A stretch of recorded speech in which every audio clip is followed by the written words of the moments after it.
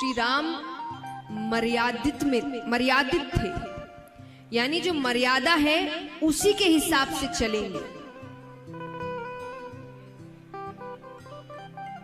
श्री कृष्ण अलग है, कहते ना कि रूल्स के हिसाब से चलना पड़ता है, वो श्री राम थे और कृष्ण ने अपने आप रूल्स बनाए हैं।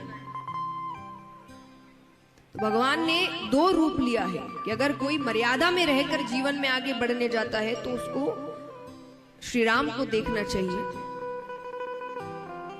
अगर कोई रूल्स के हिसाब से नहीं चलना चाहता तो उसे, लेकिन दोनों में ही दोनों ने धर्म के लिए काम किया था, अधर्म का साथ नहीं दिया था। तो इसीलिए श्री राम मर्यादा पुरुषोत्तम है, उनको मर्यादा में रहकर ही करना था जो करना था, वो उससे बाहर नहीं जा सकते थे। तो यहां पर कामदेव कहे कि आप उस वक्त मर्यादा में थे, उस मर्यादा के अनुसार अपनी पत्नी के अलावा हर औरत को आप या तो मां की नजर से, या तो बहन की नजर से, या तो बेटी की नजर से देखेंगे। तो आप वहां पे ऐसे भी मुझे हार नहीं था, तो भगवान कहते तो अब क्या चाहते हो? बोले अब आपने ऐसे किसी व्रत का धारण नहीं किया और हर चीज मेरे हिसाब से है। शरद पूर्णिमा की रात है, सुंदर सुंदर गोपियों का साथ है। सुंदर सुंदर गोपियां माने,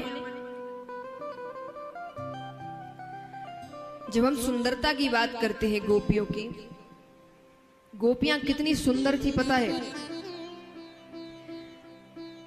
इस पूरे ब्रह्मांड में भगवान को अलग रखिएगा, सांसारिक रूप से बताइए, जब हम किसी को बहुत सुंदर कहते हैं कि ये सबसे ज्यादा सुंदर है, किस शब्द का प्रयोग करते हैं?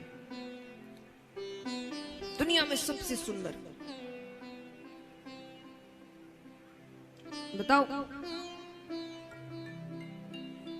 हाँ ना, शब्द नहीं, कोई है जिसको बताते कि आप इसके जैसे लग रहे हो।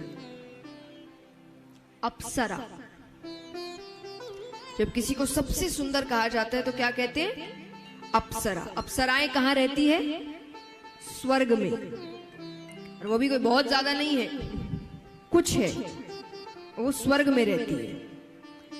तो जब गोपियों की सुंदरता की बात आती है तो क्या उल्लेख किया गया है कि जितनी भी अप्सराएं हैं, जितनी भी, उन सब की सुंदरता मिला दो एक साथ, तब जाके ब्रज की एक गोपी बनती है।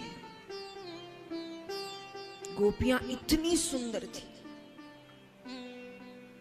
तो कामदेव कहे कि यहां तो सब कुछ मेरे हिसाब से। भगवान कहते तो कर लो कोशिश।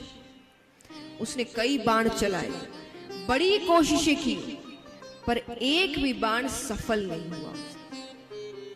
उस दिन कामदेव नतमस्तक हो गए कि भगवान की कोई भी लीला, उसमें काम कहीं भी नहीं है। तो आइए हम भी उसी नजर से, जहां भक्त और भगवान का मिलन हो रहा है, भगवान की सुंदर लीला का आनंद लेते हैं।